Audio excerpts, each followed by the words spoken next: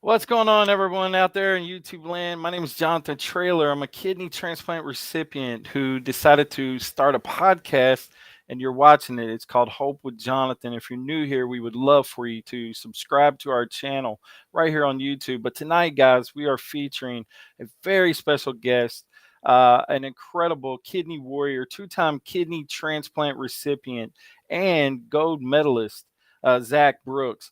And I'm really excited to have him on the show tonight. This is going to be an incredible, informative interview. So I hope you guys will get involved with this and share it with all of your friends. Definitely appreciate all the support for the YouTube channel right here and all the support for Hope with Jonathan. You guys have been simply amazing. So thank you again. And listen, without further ado, I'm going to go ahead and get Zach on the show. So let's welcome to the show, Zach Brooks.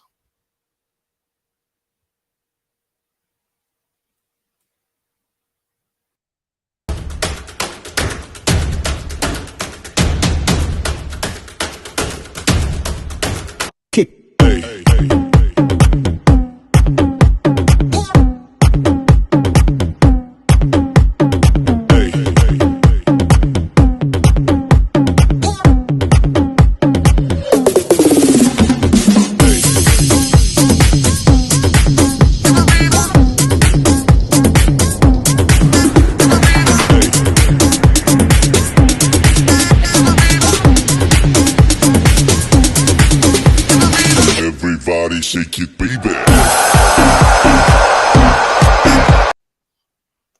What's going on, Zach? Hey, how you doing, Jonathan? Good to see you. Good to see you too, friend. How are you tonight? I'm great. I mean, this is super exciting to get to talk to you in this format and participate with other transplant people out there in this great thing we're doing together, with sharing the stories and sharing the love ultimately. So I'm just really excited to be here. Absolutely. Zach, why don't you go ahead and introduce yourself? Tell us a little bit about yourself and where you're from and all that great stuff. Sure. Well, I'll start with the thing that you might see over my shoulder here, which is World Transplant Athletes. We have tips and tricks by and for transplant athletes anywhere, anytime, and online. And our motto is really simple. If you have a body with a new part and you can move, you are world transplant athlete. So I could talk about that a little bit later, but since it's behind my head, I thought I would start with that. That's cool. I like that. Yeah, thank you. So I'll start with some basics. My name is Zach Brooks. It's a pleasure to be here. I've had 2 kidney transplants. The first one I received in 1999, and I was fortunate to receive that one from my dad. That was at Stanford in Northern California. And Awesome. then that went very well. But as these things happened, I had to get a second one about 7 years later. And fortunately, my mom was a match, and she donated her kidney to me the Uh-huh. second time around in 2007, and that was at Cedar Sinai in Los Angeles. So, Okay. first and foremost, for this audience, I'm a transplant recipient like you and like many of the people who are watching your show. Yeah. Yeah, it's awesome. I was kind of reading over a little bit of your story on your Dr. Z podcast website. Yeah. I think it's on your Facebook page. And I was reading over that you were going to play some soccer or something and ended up hurting your foot. And that's kind of how you found out you had kidney disease. Why don't you tell us a little bit about that? Yeah.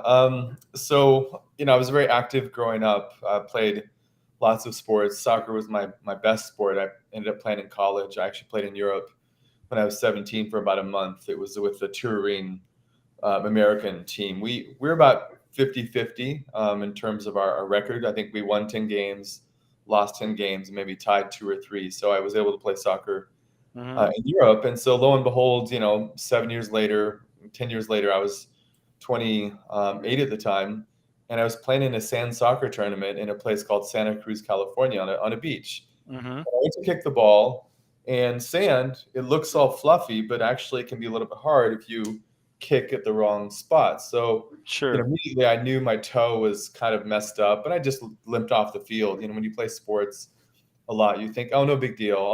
I'll be fine. But then Sure. I really couldn't walk very well. So I went to the doctor, Hmm. and I hadn't been to the doctor. He was a young guy. It was like, I'm healthy, but I haven't been to the doctor for 5 years. Just go ahead and do all of the blood work. It was just like a throwaway comment, like no big deal, I'm fine. Right. One thing led to another. I wasn't. My kidney function was not great. I came back 2 months later, and at that point, the numbers were just trending, whatever my hands are doing here, downwards in a really fast way. Yeah. And I had to do dialysis, and I'll give What you. what was the overall diagnosis though? Was it like FSGS or lupus Oh or yeah, no, my case, it was IgA nephropathy. oh, okay. So, the listeners probably know. So, the main causes of kidney failure are, diabetes, polycystic kidney disease, Right. hypertension. Those are kind of the Yep. big three. And at the small end of the tail, there's about the 2% club is something called IgA nephropathy. And IgA is a protein. It swims around in your body very naturally. But, with someone like me, it swims around, but either it's too big or Yeah. there are too many of them, and eventually it damages the kidney. So that was the diagnosis. Yeah.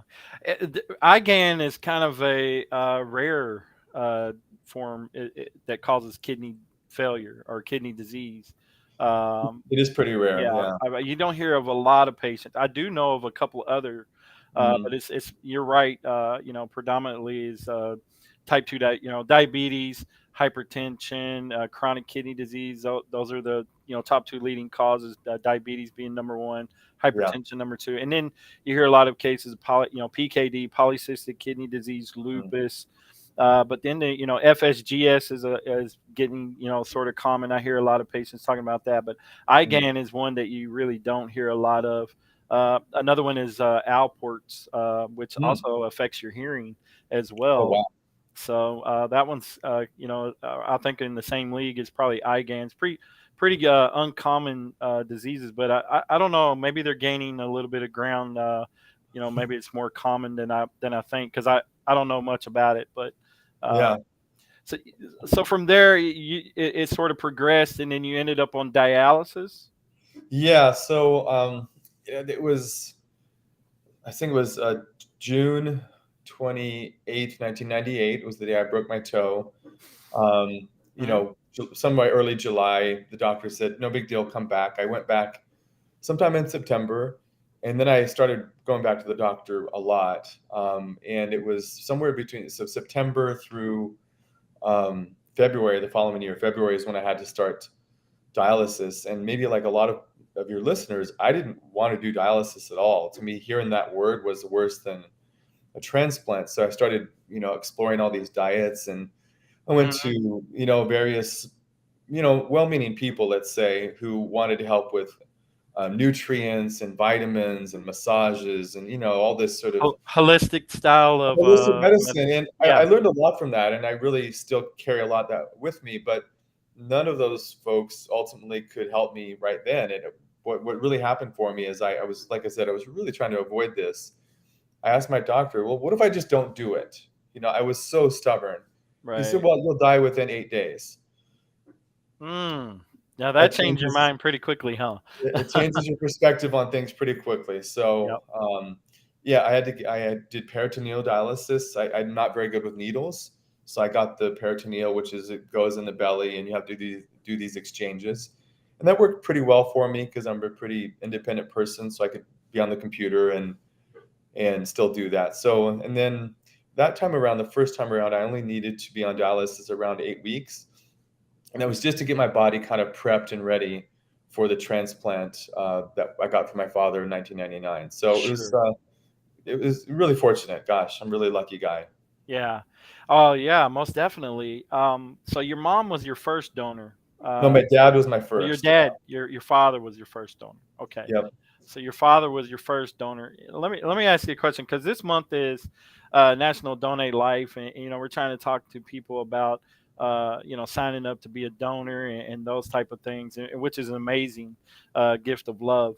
But some people have problems with the conversation, kind of Mhm. starting that conversation. Of course, him being your father, it was sort of probably a no-brainer for him. He probably just, but can you talk a little bit about how that process kind of started for your father to become your donor?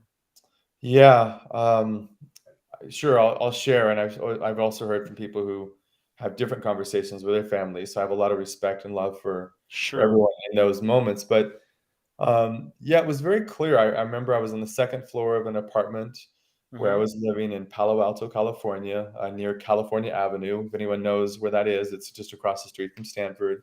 Yeah, Really, that's where Apple and all that is, right? yeah, it's a beautiful area. Uh-huh.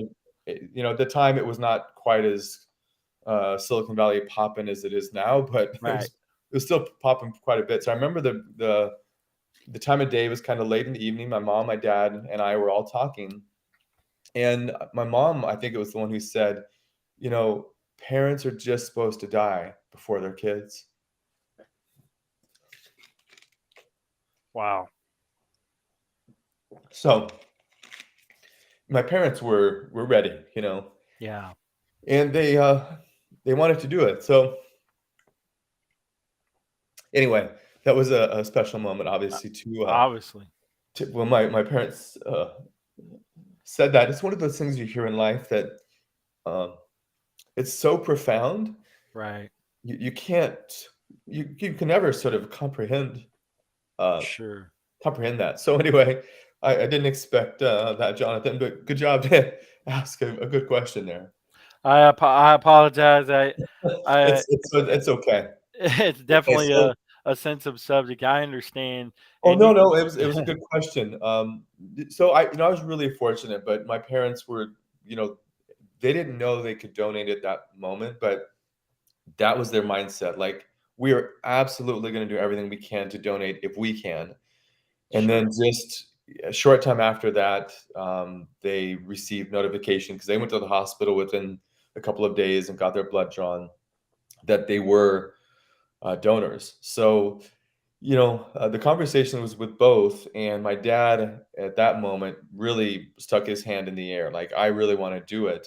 But both of them were ready, and in 2007, when the moment came again, my mom, she's like, well, I'm going to do it, absolutely. So, they're a very good team as a couple, and I was really a Yeah. beneficiary of so much love and support, and also from my Yeah. family at large. My brother, he was, there as well, and a lot of really good friends and family in my life. So, and loved ones. So anyway, Yeah. there's a long answer to your short question. It's okay. It's actually a very beautiful answer. Your story is so incredible, because the fact that your parents were, the same blood type, or as you are, or a match for you. it was incredible. Uh, Yeah. so like, Um, are you at O or A or B or yeah, AB or? I think I'm an A, but I should know, Jonathan, but I definitely hit the genetic jackpot. One of my parents was a 4 out of 6, and one was, I think, a 2 out of 6. But whatever the case was, they were just going to connect it with the medications. If you're a little bit Amazing. lower of a match, they give you a little bit more medications. Yeah, I just got extremely fortunate. So I feel like my really good luck in this life, I really have to work hard to pay that kind of energy right. forward. 'Cause those blessings don't come around in life very often. So if you happen to experience them, it's really an obligation to share. Absolutely. So Absolutely. So let's talk a little bit about you became an athlete.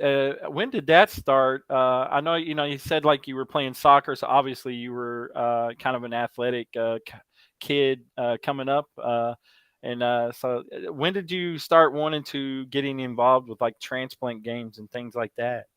yeah, I mean, thanks for the question. The transplant games are just a wonderful experience, US and international, with a caveat if you hear about them. And that's, I think, one of the big things that, we can all work on together. I mean, I received my first transplant in 1999, but I didn't hear anything about any games until my second transplant, where a nurse, came in and just mentioned like, "Oh, maybe you should look into the games," because, through getting to know me, she knew that I was athletic before the Sure, transplant and thought, he might really enjoy some sort of physical activity sure, afterwards. So, once I found out about it in 2007, and then, maybe a few months later, I figured out, okay, 2008 is a year from now. I'm going to do it. So, I got a bicycle. My parents actually got me a bicycle, and I started riding it, and went to Pittsburgh for the U.S. games in 2008 for my first time around, and I was able to get 4 medals,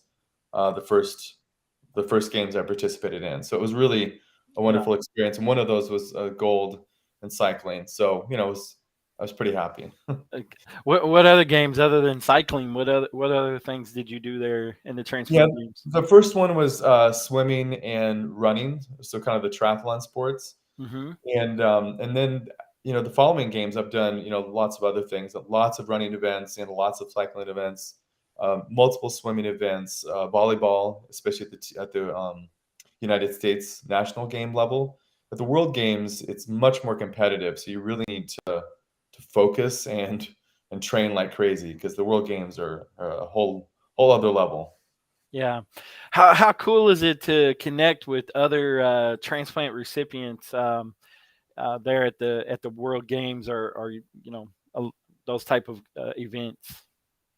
Well, it's kind of like what we're doing now. I mean, there's a certain energy we have with each other as fellow recipients, and I would include, a lot of family members and, some other folks in that, nurses and doctors and so forth. But, I think we all feel a little bit weird and strange when we go through this. I mean, we have our normal lives, and then we have to go through dialysis or medical treatment in some form. If you have a liver transplant or heart, and we're kind of separated from a lot of the world in some way. Now we learn to get through it and be happy and live with it and so forth. And Sure. then we come out of that experience. I think a lot of us feel kind of isolated, and as wonderful as it is to be alive, we still need that social touch. And I think the thing about the games, and it's every games is the same experience, is that you don't have to explain yourself to another transplant recipient. They just get it, Yeah. and you feel normal. And that sense of normalcy is such a precious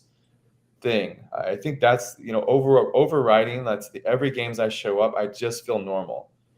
Yeah. And ironically, I almost never talk about my transplants, and neither do they. Now, if they want to, I'm there. I listen very well, but most of the time we just talk. And Yeah. that part is really the absolute best, Jonathan, is of just feeling connected to someone in a way that you don't have to explain yourself. No, absolutely. I would love that. Like, because honestly, at the end of the day, we just want to be treated like regular people. They just so happen to be living with a transplanted organ. Mhm. so, Yeah, and so exactly. you know, That's exactly right. And I see it looks like Philip is yeah, watching. Yeah, Yeah. Philip Harris Jones from a Second Chance podcast. You were recently on their podcast as well. Yeah, gosh, Yeah. Philip's great. He's one of the best teammates I've ever had in my life. We met on the track and field. I think it was in 2008. Yep. And there's something about, like, I'm talking about Philip, but I could say this about, another 100 athletes I've met around the world. When you Yeah. meet them, Yeah. you might only meet for like 5 minutes, but that connection is so deep and so strong. Like, they're one of the best friends you'll ever have in your life. And so, I hope everyone gets the joy of going to a games or doing something like this with you or with Philip and his great show, or Yeah. kind of things we're doing as well, like this recipient led social media content we're all creating together. I think is really important, and I think that recipients everywhere really notice the difference because they know that someone who understands them is talking to them, and that connection and sense of purpose and dignity Yep. is huge. So I think what you guys are doing, and just since I saw Philip pop up there, and have to give him a shout out, and also Anthony from Kidney Trails is doing some good things Sure. as well. So a lot of really good things going on out there. That's just domestically. Internationally, it's another scene entirely. So Yeah. No, these podcasts and these things that we're doing is a very positive thing in the community. And what we're trying to do is we share stories like yours, and we're trying to spread hope for other patients that'll come along and say, look, kidney disease is tough. It's a battle, but look at Zach, man. He's thriving. He's out here.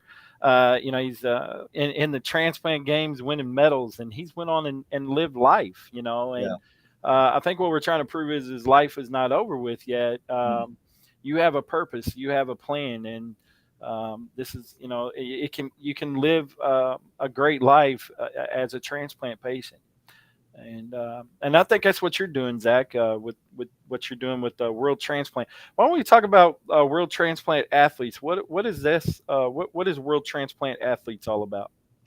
Yeah, I mean, I said a little bit at the early part of the show, but it's a group of transplant recipients. So we're based in the United States, Australia, and Europe, and we Mm-hmm. create all the content you'll see on mostly Facebook and Instagram. We'd like to Mm. branch out to other Yep. things. Yep. And it's tips and tricks buying for transplant athletes Yep. anywhere, anytime, online. And it really came from the transplant games experiences where you talk to other transplant athletes and say, "Gosh, that this guy, Simon from the UK, or Stephen Jarvis, a really good friend of mine from the UK. He's sort of a brother from another, multi grandmother, but he's almost like a brother to me, Stephen Mm-hmm. Jarvis. Like on the track, or you're sitting next to the pool, or after a cycling event, you talk to these other athletes, and you talk a little bit about their background, heart transplant or so, but you realize, gosh, that if I could just capture that gem of advice that person just shared with me, that would be the most amazing thing. Like, Jillian Best in Canada, she won 5 gold medals and 5 world records at the games in Newcastle. Yep. And I really just wanted to find ways to share her stories with wider audience, because I want someone from South Africa or Australia or Japan or anywhere in the world to come across you, or Jillian in this case, and say, I'm going to beat her, and I'm going to win, and I'm going to beat her because she gave me really good advice. Now, she's going to be a champion and so forth, but just the motivation to enjoy yourself by getting better, to me, is such an intrinsic, beautiful thing. I just wanted to capture as many of those stories as possible. And, we've been at it for about a year now, formally, and we're getting really nice traction on Instagram, especially. And we have an event coming up in June. It's called the World Transplant Athletes Life Event, June 25th through the 26th. All the people have to do is do something active and then just post a hashtag and a picture of themselves online. And it's for 24 hours. We're going to have a spinning globe, and every time you pass a time zone, we're going to say that part of the world is finished. And you know, you now, Jonathan, are a part of a world of friends. You still haven't met a lot of them. That once you meet them, you'll just be so touched. And what we're trying to just do is make sure that everyone knows that they have incredible family and friends all over across the world through this free online World Transplant Athletes Life event. Awesome, man. This sounds incredible. Yeah, It really thank does. Yeah. thank you. Ever since 2019, I crashed into dialysis, and prior to that, I didn't have any friends in the transplant community. I didn't have any friends in the kidney community. Yeah. And but once I entered the kidney community and the transplant community, man, it just seemed like that I was welcomed with open arms, and the love and the connection with some of these people has been incredible. And I've only met people virtually. Mhm. I've met a few people in Yeah. person, but just virtually. So I can only imagine the connection, the human connection, meeting someone in person, and the bond that that you're speaking of when you're going to these events and things like that. It's I can just feel it coming through the podcast. So I Yeah. can only imagine, what kind of love that you would feel from meeting these type of individuals in person. Yeah, So it's extraordinary, and that's all you can say about it. It's just the most magical thing you could yeah, feel. yeah, yeah. It just feels like a big family, really does, Mhm. virtually. So Yep, it I is. can't wait to meet up with some of these other warriors out here and transplant recipients as well. I'm partial to kidneys, but I do know some people that are liver transplant, and Yeah. some people are kidney pancreas transplant, and I've met some really incredible other. I know one heart transplant recipient as well. So Mhm. I've met a lot of different various transplant patients, and each one of them is unique, and everyone has their own unique story, and Mhm. it's really incredible. Yeah. No, it absolutely is. It absolutely is. Yeah. Mhm. So, but I do appreciate what you're doing over on Instagram. You seem to like to share quite a bit of things that I'm doing, and I always appreciate that. Yeah. That's really awesome, and I really appreciate that. So that's a really cool thing that you're doing. It's an honor, Jonathan. We really love sharing anything that you put out there, and as much as we can, we really try to just get it out there as quickly as possible. Yeah, it's really cool. Honestly, I see also that you've done some podcasting of your own. Mhm. You've also written a book. You're also an author of how many books have you written? Well, I've written 2. I count one as 1.0 and the second one as 1.5. It wasn't a full-on book. I'm working on my next book in a series. So that book is called Discovering Your Human Algorithm: How to Live Life with Meaning and Purpose. And any transplant recipient will see a lot of the lessons I've learned in that book. So the book is like anything, the 6 principles of life that always make me happy. So the first principle is athletics. To be human is to move. And then once you moved around a while, you kind of see the world and say, this is kind of, I'm 5 blocks away from home now. So the second A of life is adventure. To be human is to explore. And then after you've explored for a while, you've kind of starting to learn some things. So the third A is to be human is to learn. So academics. And after you've gotten pretty good at that, then you start creating. So the next one is to be human is to be an artist, is to create things. And so the whole book is really based on how to be happy with whatever situation you're in at the moment. And a lot of the lessons in the book are directly from my particular transplant journey. And I was really fortunate. I got 4 number ones on Amazon bestseller in 2020. And I'm looking forward to finishing up that book at some point with my crazy life and getting the next one out there. And happy to share a link to your viewers if you want. But yeah, it was a thrill to do. Um, the book, and I was happy to get some success from it. But more importantly, hopefully someone reads it in this world and says, "Oh, that's fantastic." And the couple of reviews I read online, someone said, "I was reading your book, and in your book you said, it's really important to walk." Or I forget exactly how I said it in the book. And he said, instead of reading your book, I decided to get up and go for a walk. And I thought that was the best review I could ever get from someone, that reading that sentence in the context of everything else I was sharing motivated someone just to get up and move. So I was pretty happy about that moment in the book. Yeah, that's powerful. That's awesome. That's what you want, is Mhm. to motivate someone to get involved with, especially exercise. I mean, and the benefits of exercise. I got to be honest. My first 40 years of life, I didn't do so well at that, Zach. But I learned the hard way that exercise is a vital, part of life, and that we have to have it. Because our body is a muscle, so to Mhm. speak, and we have to move it to keep it going, and keep it strong. And like you were talking about, I find myself, when I'm walking. I remember when I first started walking, I thought I was really doing something when I started walking about a half a mile. Yeah, I thought, okay, I've done something, and now here I am a couple years later. I can walk 5 miles with no yeah, problem at all, and there's something inside of me that just wants to keep moving forward. I want to keep pushing until my next goal is 7 miles with no yeah, problem. I think it's something within the human body that just wants to continue, like you said, explore, and keep going, and keep pushing yourself to see how far you can really go. And it's really awesome. But again, yeah. we can't, for me and you, we couldn't do this if it wasn't for our donors.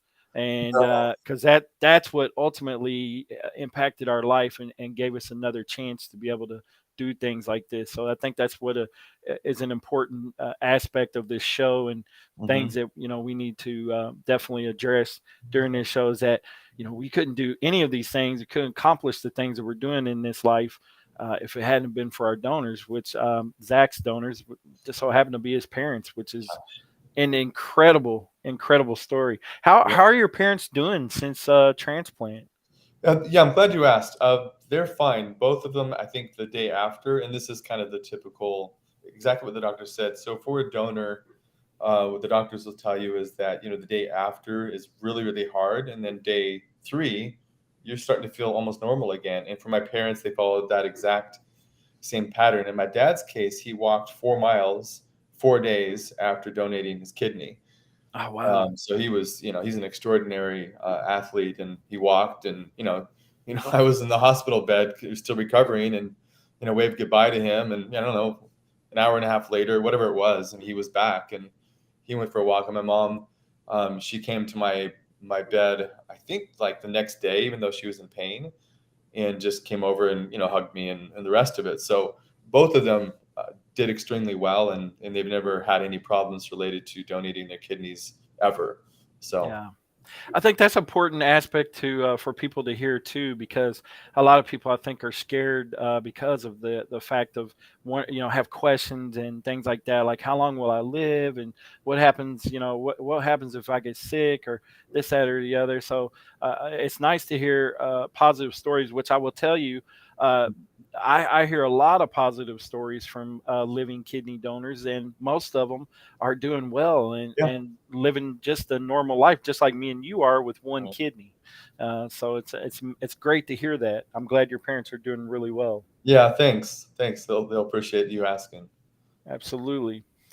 Well, where can people find you at? You mean physically or digitally? Yeah, on a social scale, as far as social media and things like that. Yeah, so social media, it's going to be World Transplant Athletes, all spelled Hmm. together, either on Facebook or Instagram. We're on other platforms as well, but those are the two we're focusing on right now. Hmm. And really working to get a lot of awareness out there, like you guys are as well. So you can certainly find us there. You can email me at worldtransplantathletes@gmail.com. Or if you type in, Zach Brooks in Google, and you find a book, or I've had some YouTube things as well in terms of giving speeches in the past and so forth. If they have any of my links, feel free to reach out. I mean, I would love to talk to anyone who's watching your show, and interact with them in any way and help them in any way possible. And really, if there's any recipients out there who want to share some content in terms of tips they have for other people, things they've learned, they can get in touch with me, and we can try to find a way to have them do a little 30-second tip that they can share with the world of recipients out there. And I would love to hear from everyone out there. Absolutely, yeah. And you have a YouTube channel as well that you just spoke of, and you did some podcasting, sort of in the same format that I'm doing here with you, where Mhm. you interviewed some other athletes as well, from all over the world, like Yeah, all kind of different places. I think I watched one with a guy from England that you had interviewed. I forgot his name, but Simon. I think it's okay, yeah, Simon. Simon, Yeah, yeah. And so, guys, go check it out. He's at World Transplant Athletes on YouTube, yeah, which is, and he could use some support over there. He's got some great interviews over there that I think a lot of people in this community would definitely enjoy. Yeah, well, So thanks. Yeah, thanks for the shout out. In those, we have those all those interviews subtitled in I think now 13 languages. So if someone's from another region of the world, they speak some English, they can oftentimes find their own language subtitled in a lot of those. So we're because it's world transplant athletes, it's really important for us to connect with the world where those folks are, and many times that means language. And of course, that's my background in my doctoral studies, so it's a natural thing for me to do personally and yeah, professionally anyway. But it's very important for us to make sure that we're giving as much content out there that's in other languages that people know that they belong to the absolutely. That's a great thing. That's something I should probably look at it converting some of my videos as well. Mhm. But that's But we awesome. can talk. Maybe there's a fun way that we can combine some efforts here and there. Yeah. No, and I think that's important because hey, kidney disease doesn't stop in the U.S. It's everywhere. It does not discriminate, and No, it doesn't. it's global. And so we definitely need to be spreading awareness everywhere, not just the United States. So Yeah. it's definitely amazing. But shout out to Alex Rosa who showed up. Spice up your life. She's really cool. She wanted to make sure that we got this email address out there for Thanks, everyone Alex. to contact. Alex is an amazing person, and I really appreciate her for watching tonight and throwing up the email address for us. So thanks again, Alex, and you guys can go check her out. And so she's a really cool individual. She's fixing to be Dr. Spice, so Oh, Dr. she Spice. Okay. yeah, she's Well, I'm really Dr. cool. Z, so I'd love to meet Dr. Spice. So that's Yeah, awesome. yeah, she's cool. And yeah, you have a degree also. You have a PhD actually, Yeah. and is it psychology or what is it that you work in? Yeah. So the yeah, definitely psychology was a big focus of mine. I'll just tell people the what I actually studied. It's easier to talk about that versus the colleges and everything else. So Sure, what I studied is decision making for people who speak multiple languages. So for example, most of us in the United States come across a Spanish speaker. There's a lot of Spanish speakers in the United States. And think to yourself, does that person make the same decision as I do if I speak English as a first language? So that's what I studied, so that it's sort of psychology, it's language, it's other things. And and people actually do make very similar decisions, but in fact people who speak English as a second language make better decisions oftentimes than someone who speaks English as a first language. So my PhD, I got it from University of Arizona. I graduated from College of Science and College of Humanities, and my research was on this decision-making question for people who speak multiple languages. And I still publish on that with a colleague of mine, actually in Texas, at Texas Christian University, and still work on that on the side in terms of getting some academic work done and information out there on the importance of speaking multiple languages, but actually the real advantage of speaking multiple languages. yeah, that's really awesome, man. You sound like a really highly intelligent individual. You've been blessed with a lot of knowledge there. I don't know about that, but I definitely think that the only thing I would really take credit for is just working hard. I think if you just wake up every day and have some goals and have a process by which you assess yourself and say, okay, did I work this much and did I concentrate? Whatever it is for you, you can really get a lot in this world. Philip, I think recently graduated, college and so forth. So I think it's just a commitment to learning and making yourself better. I don't know if there's any raw, incredible intelligence. I think it's just I'm committed to getting better every single day. Yeah, And once at the end of that process, like let's say this moment right now is the end of whatever I've done before, I can look back and say, oh, this is pretty cool. But my mindset's always going to be, I haven't done anything. I have to wake up tomorrow morning and do it again. And yeah, I think if you have that mindset, then it helps. And I think a lot of us as recipients, we have huge advantages sometimes sure. in the world because we've been through something so difficult. Then once you get past that, you're like, oh, I got this. Life's Yeah. not too bad. And, oh, I have to do all this hard work. Well, I was in the hospital and dialysis centers and dealing with insurance and everything else. Like, that's really hard work. Yeah, it This is. is easy, but that the practice you've gone through in your transplant journey makes you actually pretty good, and then you actually have advantages in this world over some folks who Sure. haven't, fortunately for them, haven't had to go through this. Yeah. I've kind of got the mindset that, if when you stop learning, then you're just done. I mean, Mhm. to me, life is all about the journey and learning. You're just continually learning, and by any means necessary. Sometimes life is the teacher and teaches us Yes, things. yes. And I was going to tell you because I told you I feel like that you're a very intelligent individual, and I don't know if you believe in this or not, but some people believe that when we have donated organs, that we take on some of the attributes of our donor, and Yeah. uh, I have this weird, strange craving now for peanut butter and peanuts. I've never had it before, Oh, and wow. and now I'm just like I gotta have daily. I have to have my handful of peanuts. I don't know where it came from, but I was never like this before. It's so, but do you think in some way maybe your parents gave you some very strong genes of wisdom through your transplanted organs? Yeah, I'll answer my parents' uh, question in a second, but I actually your story reminded my friend, Brian from North Carolina, a really good swimmer. He, he got his, heart from a man, I think a Mexican man, and I think it was Atlanta, and he woke up speaking Spanish. He didn't actually speak Spanish before that. Oh my He gosh, wanted, like, a taco con chile, no algo bastante picante, ya sabe. Like, he really wanted something, and I thought that was just the most I'd heard kind of about that just generally, but when my friend told me that story, I was like, "Wow, that's an amazing story." You wake up and speaking a little bit of Spanish, and the first thing you want is a taco, like, that's incredible. that's pretty cool. It is. That Yeah, is incredible. and, my case, my parents, I already have a lot of them in me, obviously, but I have noticed sort of differences, and I don't know how to attribute them completely. So after my first transplant, I actually I got into a dance company, and so I was dancing in an amateur level. We were dancing in front of 500, 600 people. So that was extremely athletic, and I feel like I got that from my dad, like the athleticism, but sort of this desire to express yourself. And then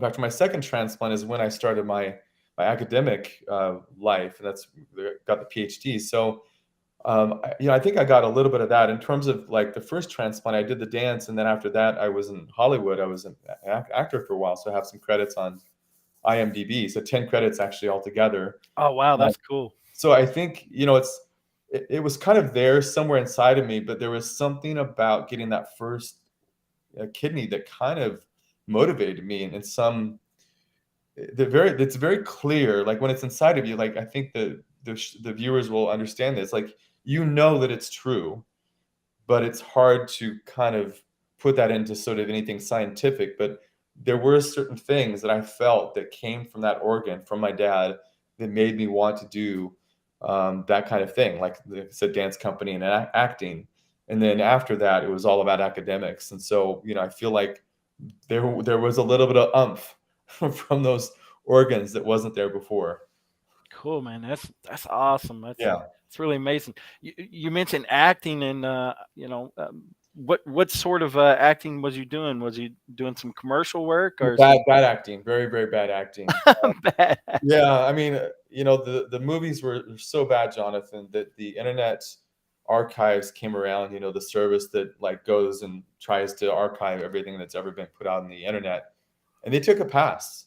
They It's looked at the movies with their algorithms, uh, they said, the guy's not very good. He's a bad actor. So I was a Hollywood B-level Hollywood actor, and B-level Hollywood actors are not really very good actors. yeah. And so I did a movie. I think that it was on Amazon Prime. A friend of mine found it, and my role was like I was a bad date in that movie. I played a bartender in a horror film where I told the kids, don't go to the mountains. I had like grew out this giant beard and everything else. I said, don't go to the mountains. You're going to get your throat slashed. And what did the kids do? Of course. Yeah, they Went went to to the the mountain. mountains. But I was that guy, warning people in the horror film, don't do this. So, I had a lot of fun, doing it. And then when it was over, I was okay with that too. But I think that's just a nice little story that, after a transplant, and I was older at that point. I was in my early 30s, doing that. I mean, I just did it. And I think that, whenever we have our transplants, whatever comes next, like if you wanted to do something and you think you're 20 years too late, you're not. Just do it. I mean, just Yeah. absolutely go for it. Just because I see Philip's name a couple times, just calling him out, shouting out again, like, he's done so many amazing things in his life, and like his educational prowess, through all of his stuff is really remarkable. And I'm sure, there's a thousand of these stories. Like you get a transplant, and after that, your life begins in a totally different way, and you can really choose. Like, I'm going to be this person. I'm going to get this degree, or I'm going to have a family, or I'm going to have a house, or like whatever that is. And you're doing this amazing podcast. So I think that taking the opportunities from the life is really really important. And whatever you want to do, you should absolutely do it. All these things I'm talking about, the acting, the dance company, the PhD, the athletic stuff, the world transplant athletes, all this came after my second transplant. This isn't stuff I did earlier in my life. It's all the stuff that I did after. So I Yeah. just think it's an example of choosing to live. Absolutely, man. That's some awesome stuff. I appreciate you dropping that on us. That's some incredible words of wisdom there. But you know, with this show, Hope with Jonathan, what we like to do is we like to give opportunity for our guests to leave some words of hope Yeah, awesome. for those that are out there that maybe they just been recently diagnosed, or maybe they're living life right now on dialysis and they're waiting on a transplant, and maybe they're just having a tough time with it, or they just really don't know where to turn, or um, maybe you could drop some words of hope for them that would inspire them to want to continue in the journey. What do you have for them? Yeah, I mean, I think the number one thing that comes to mind is, if someone's like on dialysis or going through this process, and someone comes up to them and says, "Oh, I understand," I, I think that they have every right to say, "No, you don't. You don't understand what I'm going through right now at all. You don't know the misery, and you don't know like how much work it took me to be this nice to you at this very moment today, because I'm so wiped out and exhausted. The amount I have to pretend, is hard." So I think they have every right to tell someone, even if that's a well-meaning person, like, "No, you don't understand," because you know I've had my journey, and it kind of relates to yours, and other, Dr. Spice and some other folks, but not completely. Like there was something really hard about my journey, but maybe your journey was even harder. So I don't like to compare those kind of journeys, but in terms of other things, like, um, you as if you're on dialysis, like, remember, like, you are your absolute best advocate. Like, you have to become a master of that healthcare system. You have to become a master of the details of what's going into your body. And if you fight for yourself in a really fun way, with whatever kind of good energy you can get there, that's the best thing you can do. Because in the end, if you show that you're energized to live beyond the thing you're going through right now, the system and the world and the people and the spirits and everything else are going to start opening up for you. And like a game of Matrix, the world's going to sort of flutter open, and you're going to find your way through it. So I have a lot of inspiration from anyone who's watching, who's going through dialysis right now. And I think that they should know themselves best, and also make themselves the best through this process. And I don't know, I feel like I got off track. I'm not sure that's the best words of wisdom, but first of all, I'll just try to summarize. It's okay to tell someone they don't understand, because it's true, they don't. But second of all, like, you are the person who's going to guide yourself, like a captain on a ship going through these troubled waters. You're going to get yourself to the other side, of course, with your friends and family and everything else. But in the end, it's you. And if you have that faith in yourself, you'll get to the other side, and you'll do amazing things in your life. And I can't wait to meet you, and you can tell me I did this really cool thing in life. Absolutely. Yeah, no, I think what you said was amazing. Yeah, you have to master the medical system because, especially with insurance, because man, I came in with like no knowledge of it at all, and then wham, I got hit with it, and it took me a while to understand the difference between like private insurance, Medicare, Medicaid. And one was state, and one was government, and one was, and this, that, and the other. So it's really a mind-boggling as understanding kidney disease and Mm. the prescriptions and this, that, and the other. So it's a lot to intake, Yeah. but you can do it. And it can be incredibly overwhelming, and so it's best that you have a great support system. And Mhm. obviously Zach had, I mean, he had an amazing support system. His Yeah. parents stepping up to be his donors. You have such an incredible story, Zach. It's a very unique story, Well, especially in thanks. the in transplant space. Especially with your parents being both the donors. And I'm glad. I'm really being sincere that it's awesome to find out that your parents are doing really well. Yeah, That's really great. That's an important fact that a lot of people out there definitely need to know. And absolutely. Yeah, thank you. Thank you for no, that. no problem. And also, everything that you've accomplished and everything, man, it almost sounds like you need to have a biographic sort of novel out there, or movie made after Yeah. your life. It's really incredible some of the things that you've been able to accomplish. Well, if anyone out there wants to to put pencil to paper and write a few things, I'd be happy to share some more. I'm working on some things myself too, in the background, because I'd like to share these lessons that I've learned, and if it helps someone, like all of us, all the um, viewers and you, like we could just help one person. That's all it's about. So if I'm helping someone, great. Yeah. Absolutely. Well, listen, guys, really appreciate Zach coming on the show. You've sat and listened to his story. What an incredible journey he's had, and it's been a really fun podcast, very informative. We've shared a lot of great information in here, and thanks again, Zach, for everything that you're doing in the community, and thanks for doing the podcast with me. Yeah, you're welcome. It was a pleasure. Thank you, everyone. Yeah. And again, want to thank everybody for showing up tonight, showing support. Again, Alex Rosa, Philip Harris Jones Jr., Second Chance Podcast, Crawford Wall, who I'll be interviewing soon on my show. Charlotte Buer, thank you very much for your support tonight. My wife, Melissa, so many that dropped in here. Jared Brown from the Warriors Quest show. So really incredible support tonight on the show. Thanks again, guys. I hope you guys will stay blessed out there. Definitely spread love to everyone, and take care of your kidneys. God bless. We're going to sign off. Thank you.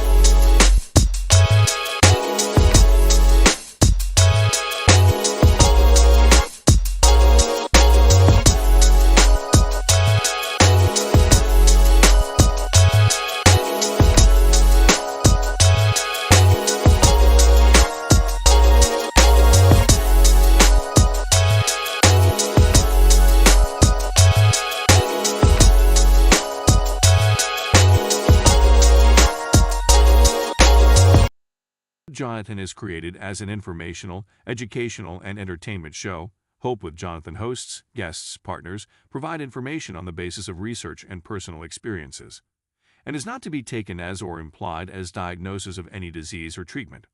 Hope with Jonathan, its host, and guests and partners recommend and encourage you to speak to your medical team before implementing any treatment or diagnosis found on this show or any product, service associated to Hope with Jonathan.